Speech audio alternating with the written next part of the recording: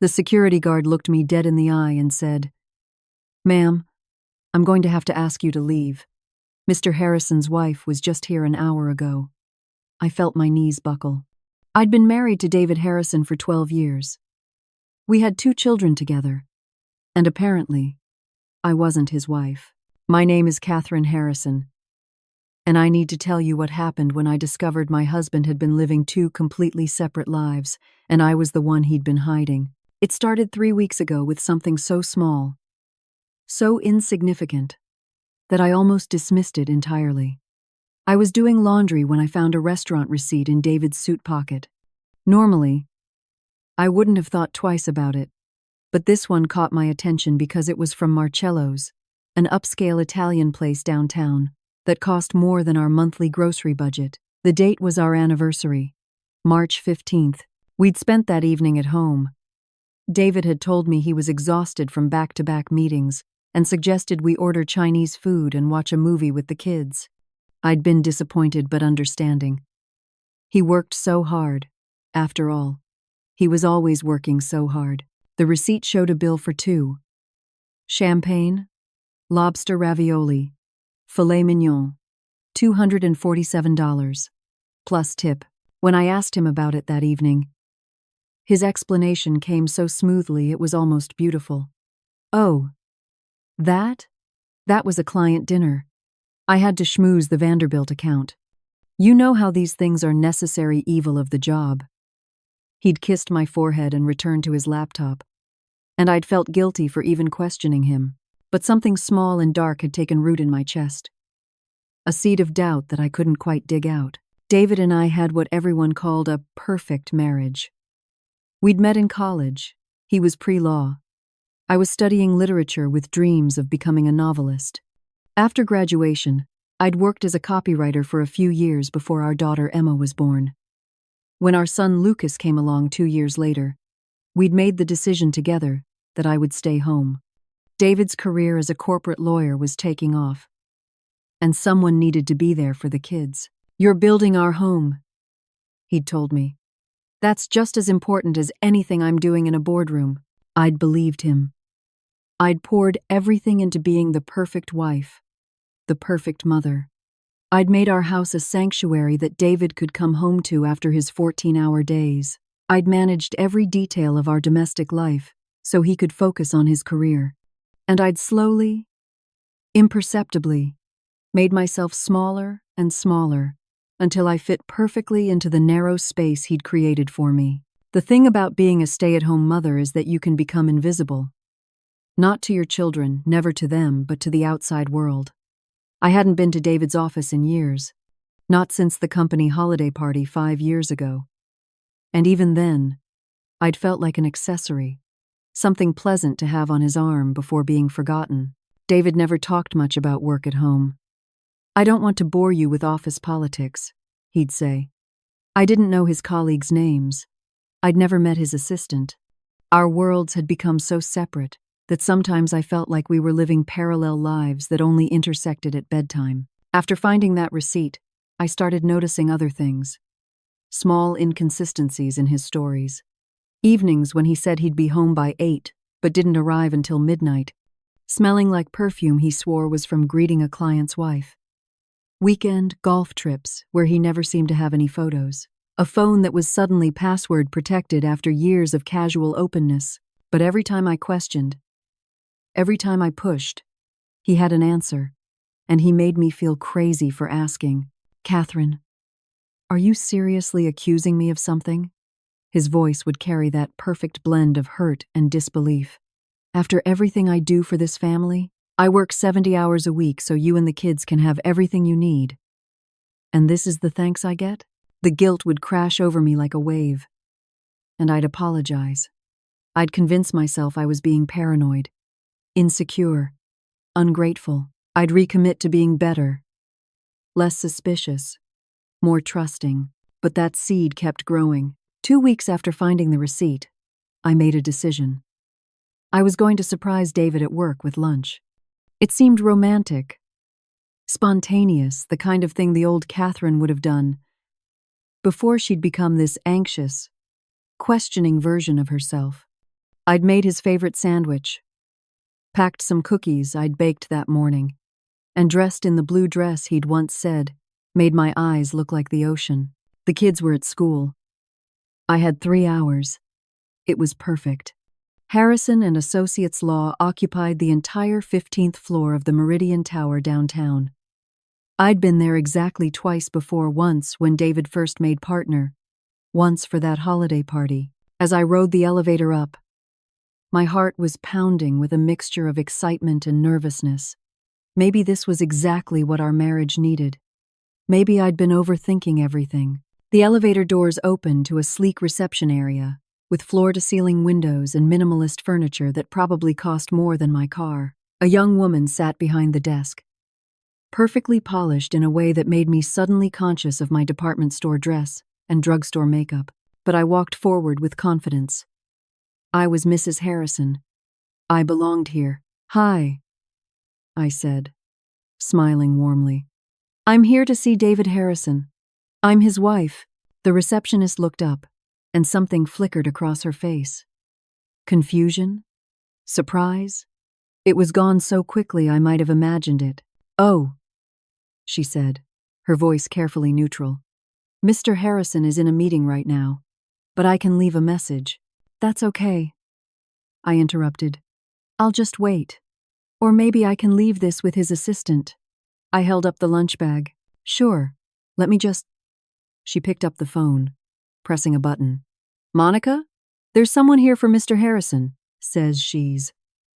The receptionist paused, looking at me with an expression I couldn't quite read. Says she's his wife. There was a long pause. The receptionist's eyes widened slightly. "Okay," she said quietly into the phone. "Okay. Yes, I'll tell her." When she hung up, her professional mask was back in place, but something had shifted in the air.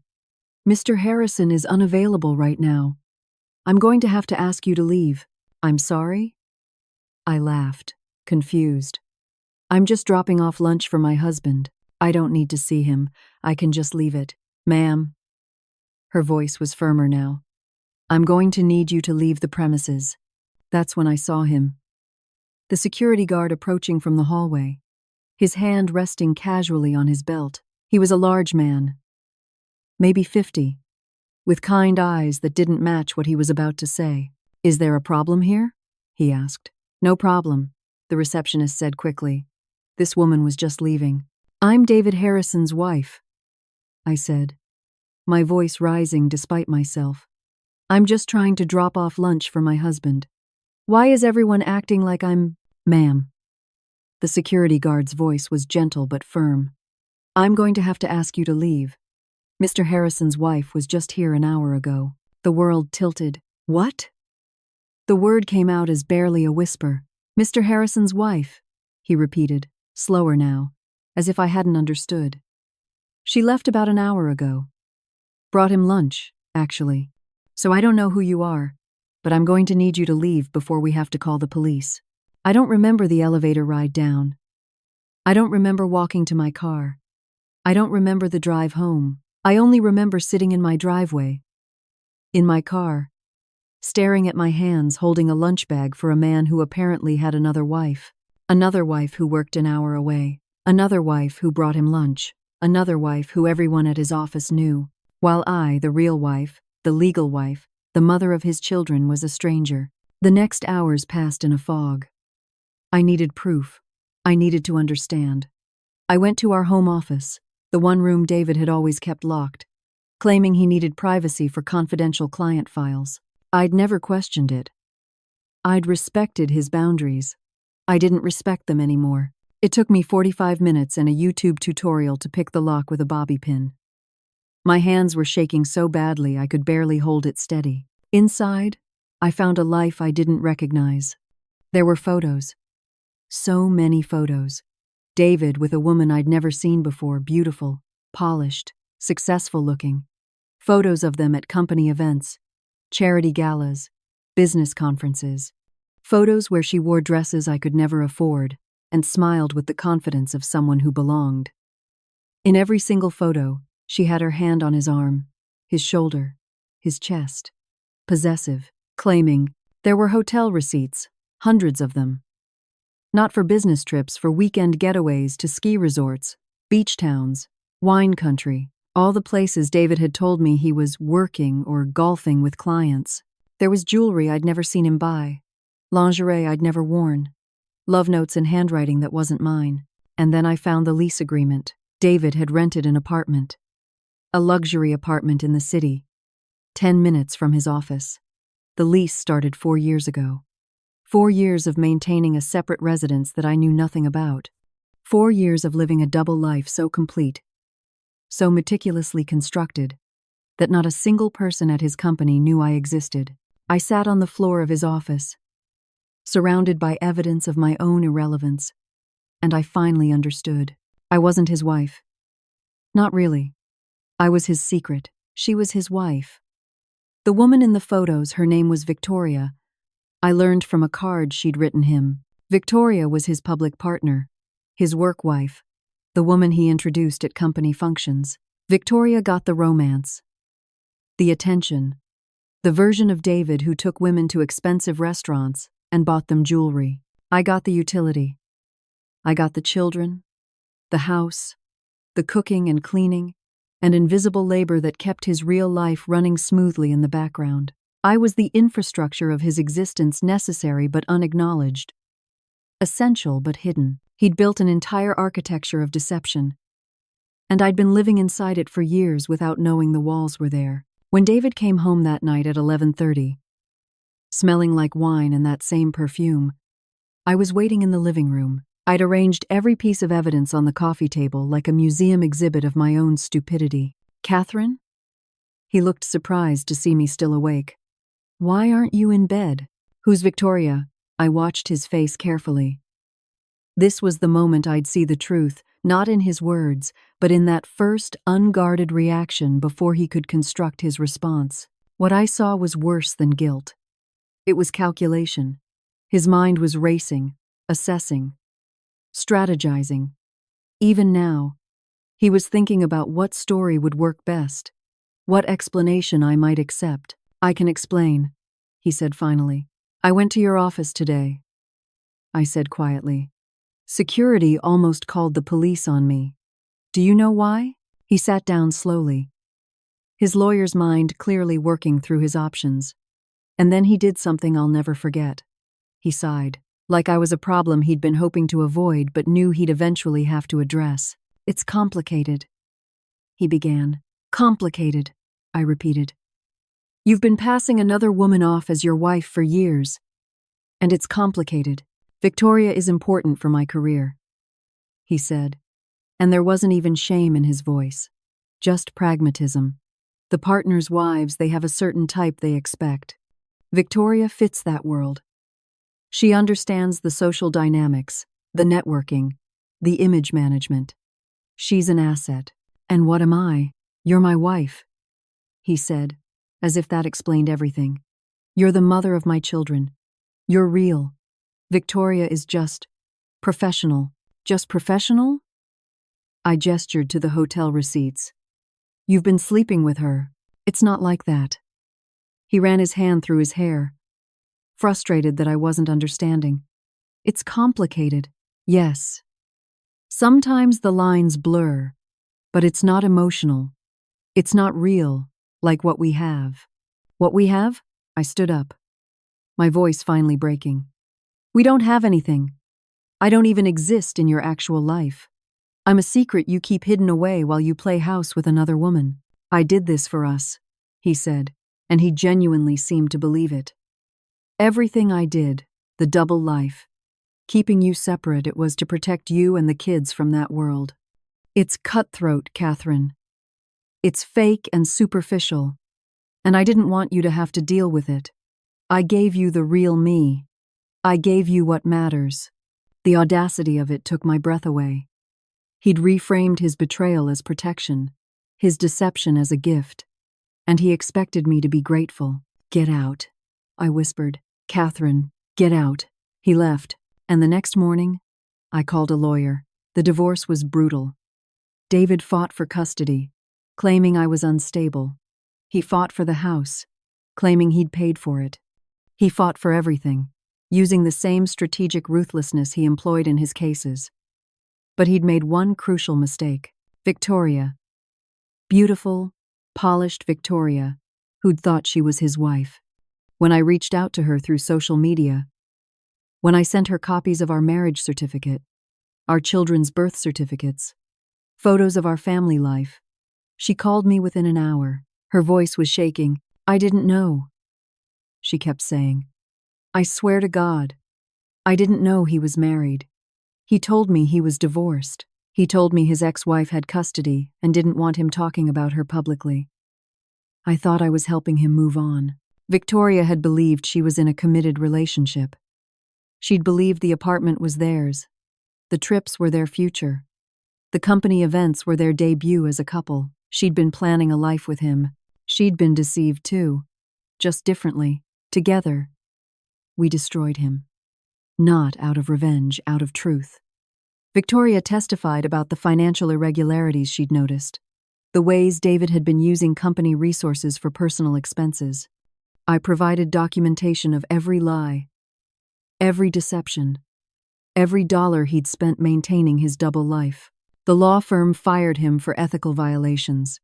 The divorce settlement gave me full custody, the house, and enough alimony to finish my degree and start over. Victoria walked away from him without looking back. And David? David lost everything because he'd tried to have everything. I'm telling you this story not because I'm proud of what happened, but because I learned something crucial through this nightmare. Your worth is not determined by how visible you are to someone else. For years, I'd made myself smaller, quieter, more convenient.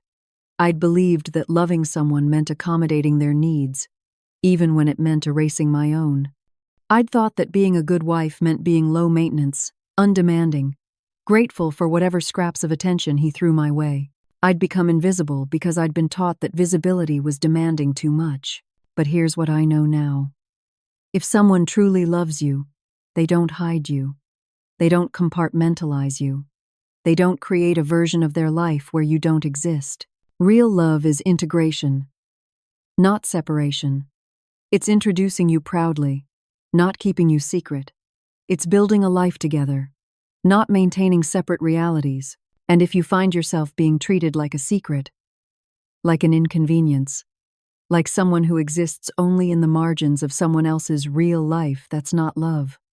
That's not even respect. That's being used. I spent 12 years being used, being kept hidden, being made to feel grateful for a man who gave me only the parts of himself he didn't want. And the saddest part? I thought that was what I deserved. Now I know better. I'm finishing my novel. Emma and Lucas are thriving.